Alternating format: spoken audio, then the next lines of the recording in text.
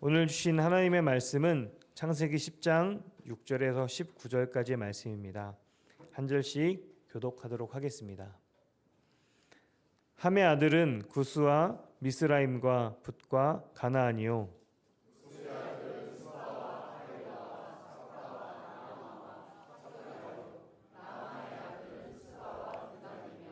구스가 또 니므롯을 낳았으니 그는 세상의 첫 용사라.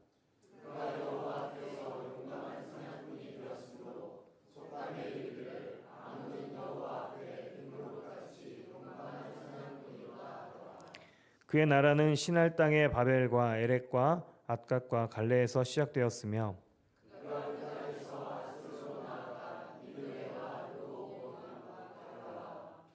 및 니느웨와 갈라 사이에 레센을 건설하였으니 이는 큰 성읍이라.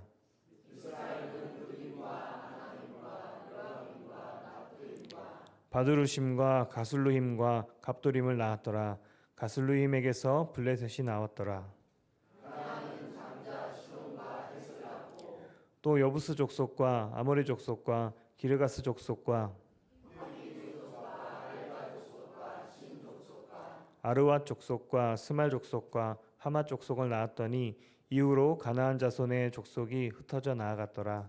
가나안의 경계는 시돈에서부터 그라를 지나 가사까지와 소돔과 고모라와 아드마와 스보임을 지나 라사까지였더라. 아멘. 하나님의 말씀입니다.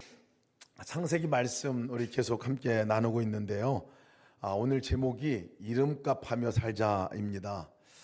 그랬더니 어떤 분이 너무 제목이 센 거 아니냐 이렇게 얘기하시던데, 아마 센 것 같습니다. 센 것 같아요. 오늘 말씀을 통해서 하나님께 소리해 주시는 음성을 같이 들었으면 좋겠습니다.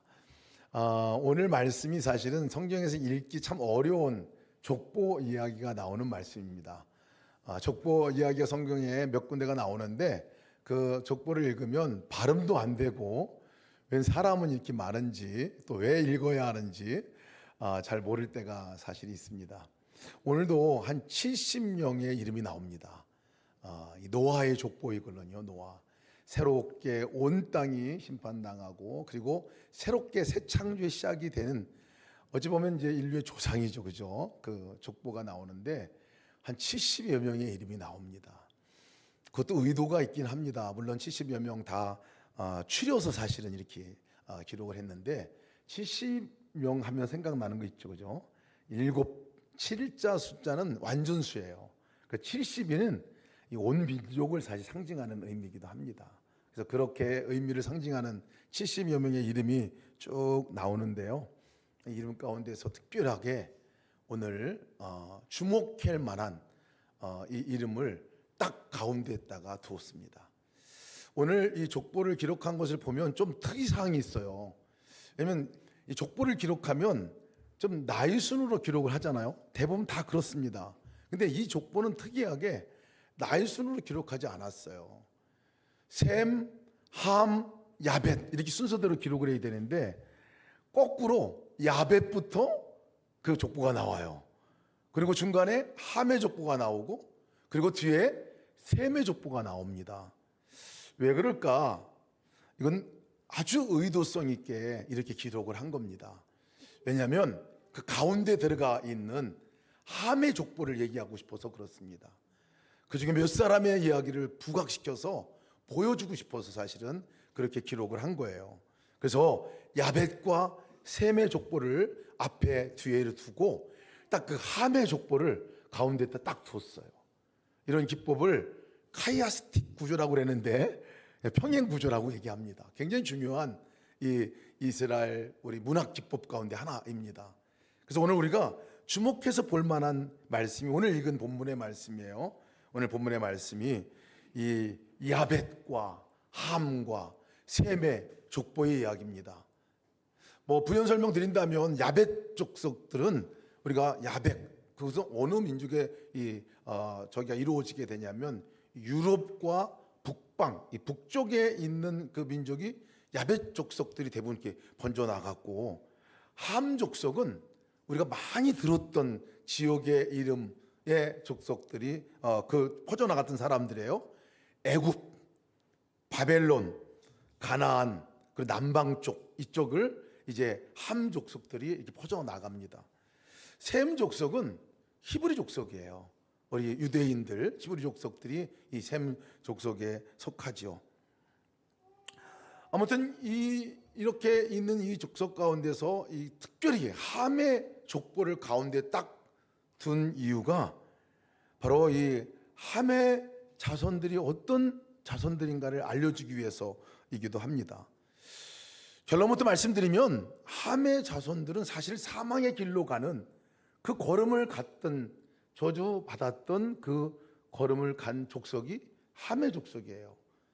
야벳과 셈의 족속은 생명의 길로 간 축복받은 그 족속이라 할 수 있습니다. 그럼 가운데 왜 저주받고 사망의 길로 간 그 족속을 이렇게 강조해서 얘기하냐? 그 다음 이제 11장부터 이어지는 말씀이 연관되어지기 때문에 그렇습니다. 여러분 함의 족보를 보면 함의 아들이 넷입니다. 구스와 미스라임과 붓과 가나안 이렇게 족보를 쭉 얘기를 하는데 그 자손 가운데 유독히 오늘 함의 족보 안에 누구를 부각시켜서 얘기를 하냐면 니므롯을 얘기합니다. 니므롯. 오늘 우리가 주목할 이 이름입니다. 니므롯 8절 보면 구스가 니므롯을 낳았으니 그는 세상의 첫 용사라. 그가 여호와 앞에서 용감한 사냥꾼이 되었으므로 속담에 이르기를 아문은 여호와 앞에 니므롯과 같이 용감한 사냥꾼이로다 하더라. 용감한 사람의 표본, 사냥꾼이고 정복자이고 정말 능력 있는 이 사람의 표본으로 니므롯을 지금 얘기하고 있어요. 소개할 때 니므롯이 그런 사람이더라. 더 소개하는 것은 니므롯이 그 근방에 있는 도시를 건설했더라 라고 얘기를 합니다. 에렉과 악갓과 갈레 같은 여러 도시들을 건설한 사람으로 나옵니다. 아주 강력한 힘을 갖고 아주 있는 이 모습이 니므롯의 모습인데, 근데 이 니므롯의 뜻을 보면, 이름의 뜻을 보면 어떻게 이름을 이렇게 짓는지 모르겠어요. 보면 뭐라고 이름의 뜻이 뭐냐면 대적하다 이런 뜻이에요. 대적하다. 그리고 반역하다 이런 뜻이에요. 사람 이름 부를 때 대적하는 사람, 반역하는 사람 이렇게 하면 기분 엄청 나쁠 것 같아. 근데 아무튼 니므롯 이름의 뜻이 그랬어요. 그 이름과 같이 니므롯이 진짜로 하나님을 대적하고 반역하는 사람이 되었어요. 니므롯이. 그래서 자기가 강한 힘을 믿고 자기가 사냥꾼이라 그랬잖아요. 도시를 건설할 정도의 강한 또 지혜도 있고 있는 이런 사람이 니므롯이라고 얘기를 하고 많은 사람들 가운데 제일 많은 분량을 차지해서 지금 얘기해 주고 있어요. 여호와 앞에서 강한 사냥꾼이다라는 말은 여호와와 대적한 사냥꾼 니므롯이라고 얘기를 합니다. 그래서 하나님과 대적한 사람들을 대표적으로 말한다면 니므롯이다 이렇게 얘기를 하죠. 하나님과 대적한 사람이 니므롯이에요. 여러분 11장 가보면 바벨탑 사건을 우리가 봅니다. 하나님과 대적하여 우리가 온 이름을 내고 온 지면에 흩어짐을 면하자 우리의 이름을 내자 하고 지은 바벨탑. 이것이 니므롯이 살았던 곳입니다. 니므롯의 자손들이 살았던 곳이고, 그래서 어떤 사람은 이 바벨탑은 니므롯의 결과다, 니므롯이 세운 것이다라고 말할 정도로 그렇게 이렇게 이 니므롯의 존재가 그런 사람이었어요. 하나님을 대적하는 사람으로 살았던 거예요. 삶이 자기 힘으로 하나님을 의지하지 아니하고 자기 교만으로 하나님을 대적해서 그렇게 그 문명을 쌓아나갔던 사람이 니므롯이에요. 기록에 보면 이 니므롯이 그런 것 때문에 니므롯이 마치 신과 같이 떠받들었던 사람으로 표현이 됩니다. 니므롯이 신과 같이. 니므롯의 아내가 세미라미스라는 그 아내 이름을 가진 아내가 있는데 이 아내가 아들 담무스인데 이 아들 담무스를 아주 신격화해 가지고 태양신으로 섬겼다. 그 담무스가 이 쭉 역사를 보면 태양신 숭배의 중심이 되는 사람이 됩니다. 사람을 우상으로 섬기고 모든 우상, 아세라 신, 바알 이런 모든 신들의 출발점이 다 여기 니무롯에서 왔어요.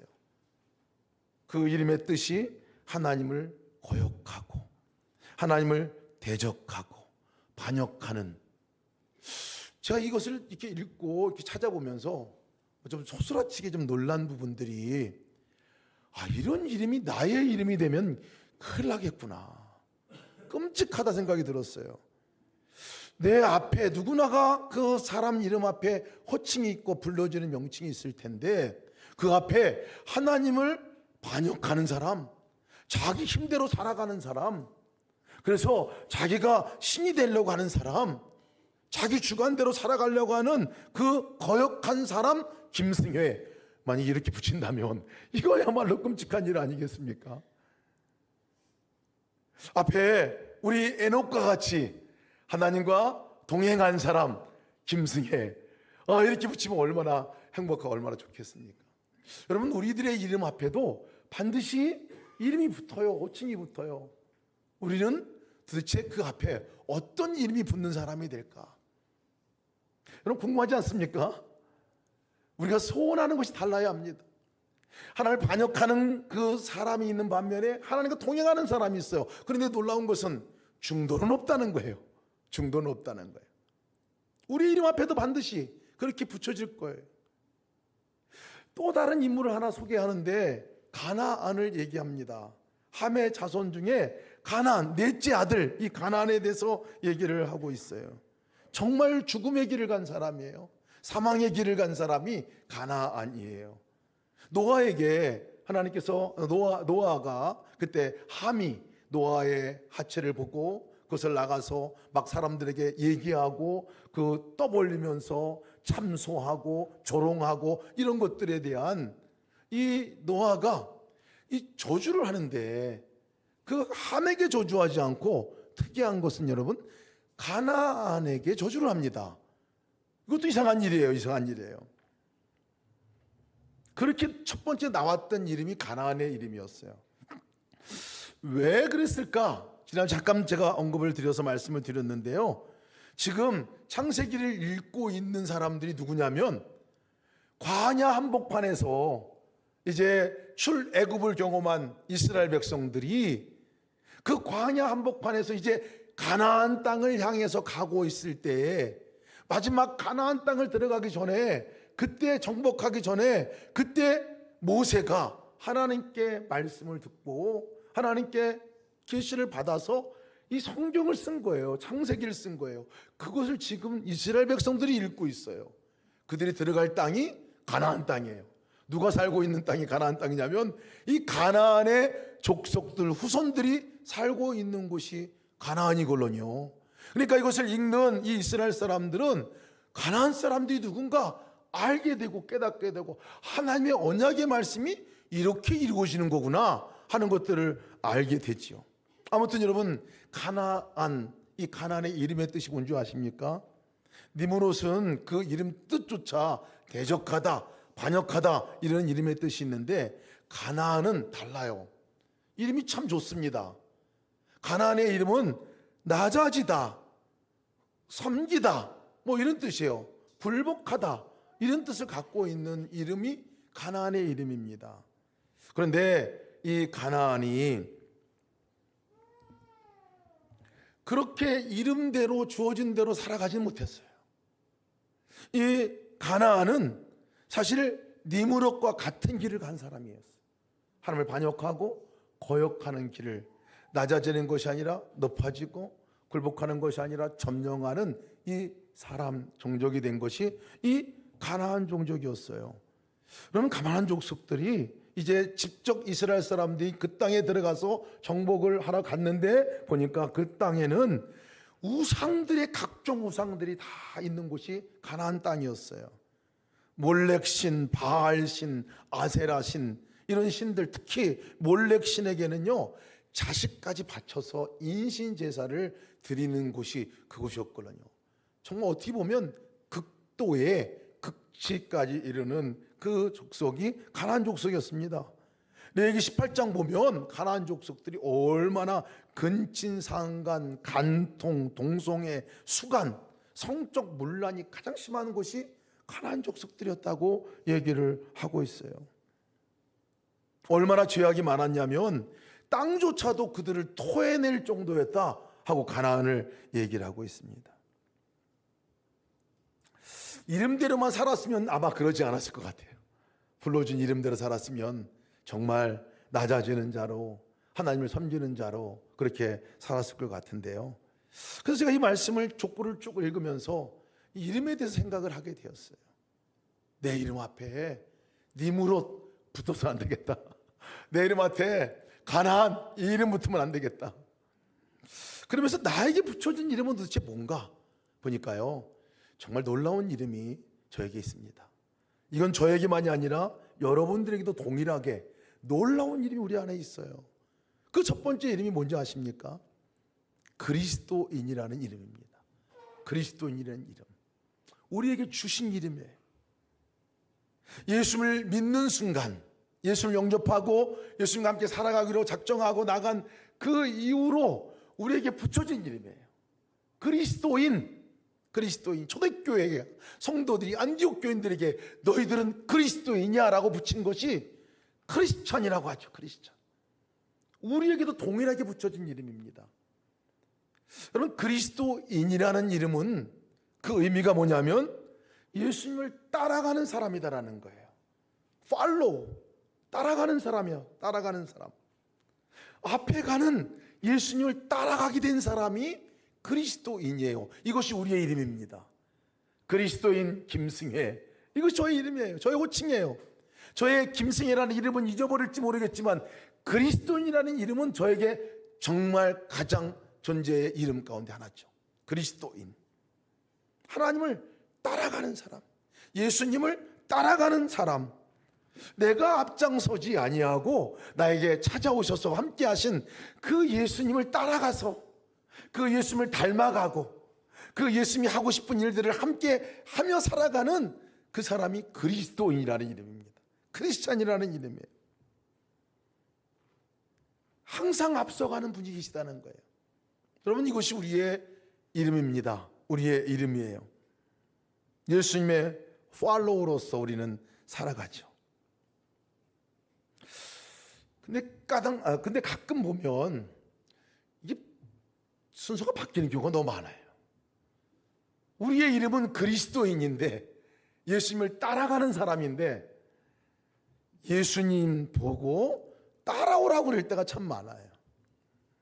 제가 두바이 미션 페스티벌에 한번 참여한 적이 있는데 선교 페스티벌이었습니다. 그때 갔을 때 여러 도전받은 많은 것 가운데 하나가 그 교회 섬기는 목사님 한 분이 설교를 하시는데 설교 주제가 이런 거였어요. 어떤 거였냐면 예수님이 주어, 나는 동사, 이런 주제였어요. 짐작 가시죠? 그죠? 예수님이 주어가 되고 나는 동사가 되는 삶. 이것에 대해서 설교를 하셨는데 제목 자체가 굉장히 마음을 울리더라고요. 뭔가 주는 말씀의 의미가 있었어요. 내 인생에 그리스도인이라는 것은 내 인생의 주어가 예수님이고 그 예수님이 이끄시는 대로 나는 동사가 되어서 따라가는 사람이라는 것이 그 의미인데 주어가 바뀐다는 거예요. 인생 가운데서 예수님이 동사, 나는 주어 이게 바뀐다는 거예요. 그래서 예수님에게 시키고 이거 해달라고 하고 안 하면 삐지고 또 뭐 떠난다고 그러고 막 유혹하고 협박하고 뭐 이럴 때도 많다는 거예요. 앞에서 주님이 가려고 할 때 끌어가고 가실 때 따라가는 사람이 되는 것, 이것이 그리스도인인데 크리스찬인데 그렇지 않은 부분들에 대해서 지적할 때 많이 사실 제가 찔림이 있었습니다. 여러분, 우리가 그리스도인입니다. 그리스도인은 따라가는 사람입니다. 따라가는 사람. 우리 가운데 찾아오신 예수님을 따라가는 사람이죠. 아까 원혜정 집사님이 함께 오늘 동행 나눔 해주셨는데 참 은혜를 많이 받았어요. 기쁜 마음에 이 눈물도 있었습니다. 정말 이게 그리스도인이지 하는 생각을 가졌습니다. 우리가 우리 스스로가 내 뜻대로 그냥 살아가는 삶이 아니라 예수님께서 우리에게 주셨을 때, 말씀하셨을 때 그 말씀을 듣는 사람, 이게 따라가는 사람의 기본이죠. 말씀을 듣고, 가족을 위해서 주신 말씀을 듣고, 그리고 듣고 끝나는 것이 아니라 그 말씀을 듣고 나서 한 걸음의 순종을 해 나가는, 이 따라가는 사람이 얼마나 놀라운 은혜의 역사가 삶 속에서 일어나는가 하는 것들을 오늘 말씀을 해 주셨습니다. 진행형이죠. 진행형. 앞으로 계속적으로 주님이 말씀하시고 그 말씀을 우리가 듣고 한 걸음의 순종을 할 때 거기에서 한 역사, 하나님이 하시는 일이 벌어지고 일어나죠. 이것이 그리스도인입니다. 그리스도인. 그러니까 그리스도인은 다른 말로 말하면 따라가는 사람이라고 말하지만 듣는 사람, 그리고 더 정확한 것은 듣고 나서 순종하는 사람, 한 걸음의 순종이 있는 사람이 그리스도인입니다. 그것이 우리의 이름이죠. 이름의 이름이죠. 중간지대 없습니다. 여러분, 우리가 주님을 따라가느냐? 따라가지 않으면요, 주님을 따라가지 않으면 이상한 것은 다른 것을 따라가게 됩니다. 마치 니무롯과 같이 반역하는 그 반열로 따라가게 됩니다. 결국 가는 길이 사망의 길로 가게 됩니다. 주님을 따라가는 사람이 느끼고 경험하는 것은 생명의 길이죠. 우리 가운데 양다리 걸치기는 없습니다. 두 가지를 반드시 우리는 언제든지 동일한 가운데 선택의 기로에 서 있게 됩니다. 그때 우리는 주님의 말씀에 따라가는 거죠. 순종하는 거죠. 이것이 그리스도인입니다. 저와 여러분이 이름이 크리스찬, 그리스도인이죠. 지난주 예수동행 칼럼, 우리 동행일기를 피면 그 칼럼이 나오는데 그 칼럼에 기록된 글이 제목이 이런 제목이었습니다. 우리의 이름은 오직 하나 크리스찬입니다 하는 이 제목이었어요. 우리의 이름은 오직 하나 크리스찬입니다, 그리스도인입니다 라는 이야기입니다. 이야기는 이렇습니다. 성지 순례 중에 요르단에서 섬기는 가이드 하시는 집사님이 오신 성지 순례 오셨던 모든 목사님들에게 하셨던 말씀입니다. 성지 순례에게 하셨던 말씀이, 현지인들을 대할 때 어떻게 대할 건가에 관한 부분들을 얘기하실 때 하셨던 말씀이 다 모아놓고 이렇게 얘기를 하셨어요. 여러분의 이름은 오직 하나뿐입니다. 한국 크리스찬. 이렇게 얘기해요. 한국 크리스찬. 각기 다 이름이 있지만 이 사람들이 볼 때 여러분들의 이름은 한국 크리스찬입니다. 이렇게 얘기를 하시면서 이슬람 사람들이고 무슬림 사람들인데 그 사람들이 이렇게 온 사람들을 보고, 아, 한국의 그리스도인이구나, 그리스도인들은 저렇게 말하는구나, 그리스도인들은 저렇게 행동하는구나, 크리스찬들은 저런 말을 하고 저런 태도를 하고 사는구나 본다는 거예요. 그래서 만나는 이 성지순례 때 만나는 호텔 벨보이나 순례객을 따라다니는 물건 파는 아이들이나 화장실에 돈 받는 사람들이나 택시 운전하시는 분들이나 또 상점에 있는 사람들을 만날 때 잊지 말고 꼭 기억하라고 했던 것이, 당신의 이름은 오직 하나 한국 크리스찬입니다. 그 얘기를 듣고 사람을 만날 때 태도가 달라졌다 하는 그런 말씀을 기록을 하셨습니다. 여러분, 우리의 이름이 놀라운 이름입니다. 우리의 이름은 그리스도인이에요. 크리스찬이에요. 여러분, 가정 안에서 내 이름은 크리스찬이에요. 그리스도인이에요. 직장 안에서 내 이름은 그리스도인, 크리스찬입니다. 커밍아웃 하셔야 돼요. 커밍아웃 하셔야 돼요.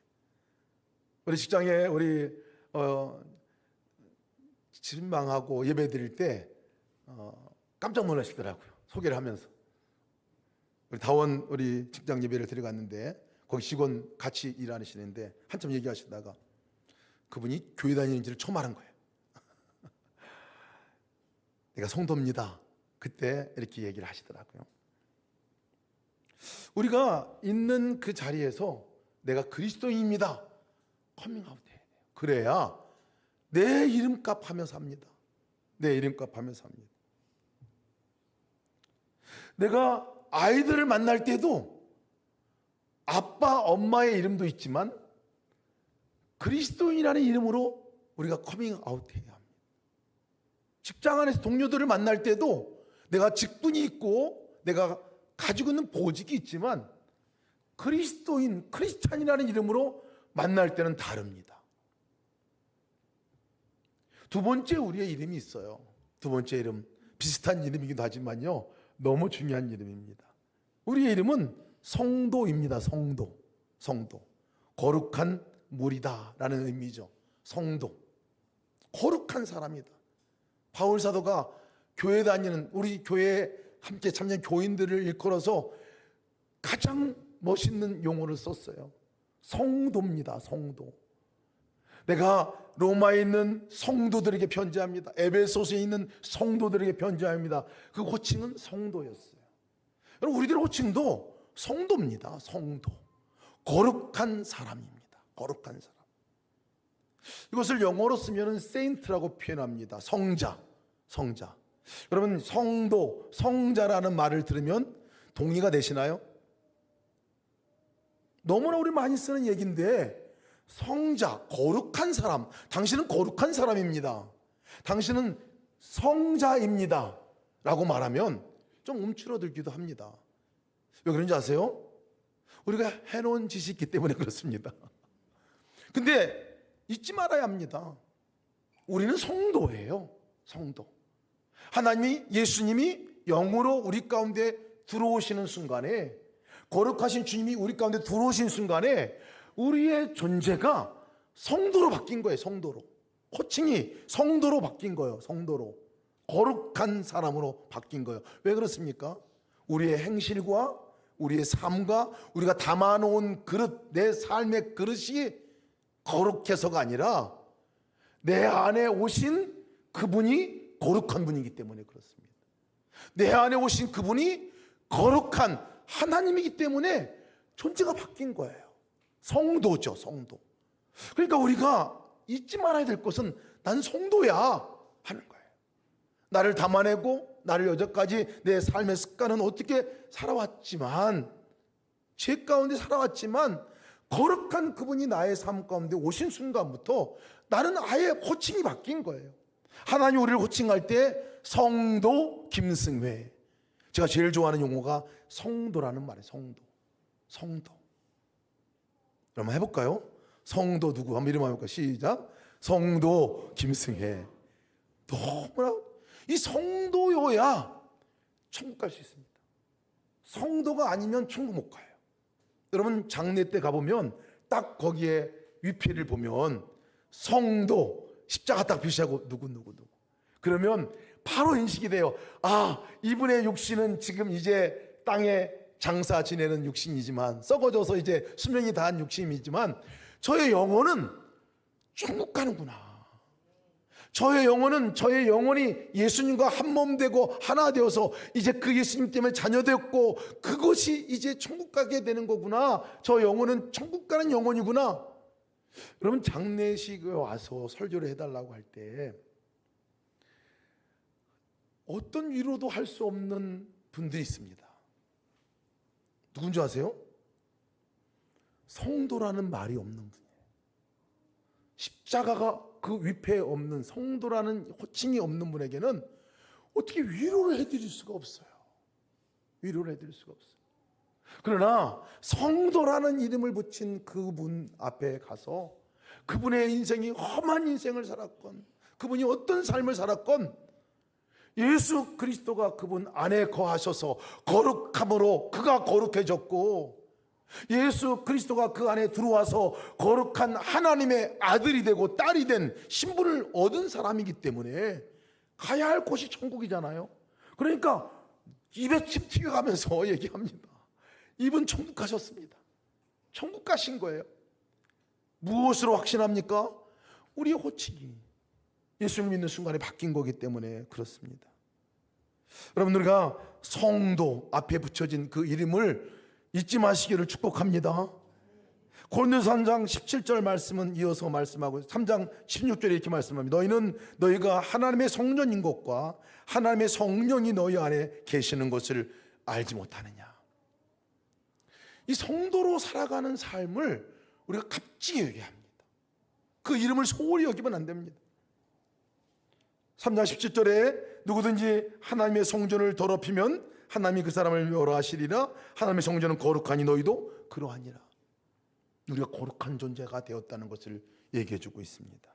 그러니 우리가 거룩함을 얻으려고 무엇을 하는 것이 아니라 거룩한 존재이기 때문에, 예수님이 나와 함께 하기 때문에 그 예수님과 함께 살아가면 거룩이 드러나는 거예요. 그 거룩함이 드러나는 거예요. 있는 것이 나타나는 거예요. 하나님의 성품이 내가 막 본받으려고 만들어 사는 것이 아니라 이미 그 사랑이 내 안에 임하였기 때문에 그분을 바라보고 그분과 붙어있고 그분을 우리가 생각하고 그분께 나아가면 그것이 드러나는 거예요. 드러나는 거. 그러니까 뭘 만들어 살아가는 사람들이 아니라 이미 있는 것들을 누리며 살아가는 사람들이 성도인 것을 여러분 믿으시기를 축복합니다. 그래서 주님 바라보자고 하는 거예요. 그래서 동행일기 쓰자고 하는 거예요. 동행일기 쓰면서 잊어버렸던 주님 생각 못하고 지냈네. 오늘 내가 잊고 지냈네. 내가 누군지도 잊어버리고 지냈네. 여러분 언제나 기억할 것은 바로 성도요 크리스찬인 우리 안에 주님이 임하신다는 것입니다. 그것을 우리가 점검해보고 바라보고 매일같이 기록해자 하는 것은 그것이 우리의 삶 가운데 얼마나 놀라운 능력을, 얼마나 놀라운 하나님의 역사가 일어나는 것인가를 우리가 경험할 수 있기 때문에 그렇습니다.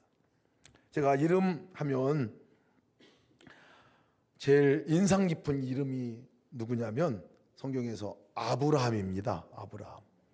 아브라함 이름이 참 특이한 이름입니다. 특이한 이름. 왜냐하면 아브라함은 원래 이름이 아브람이었어요.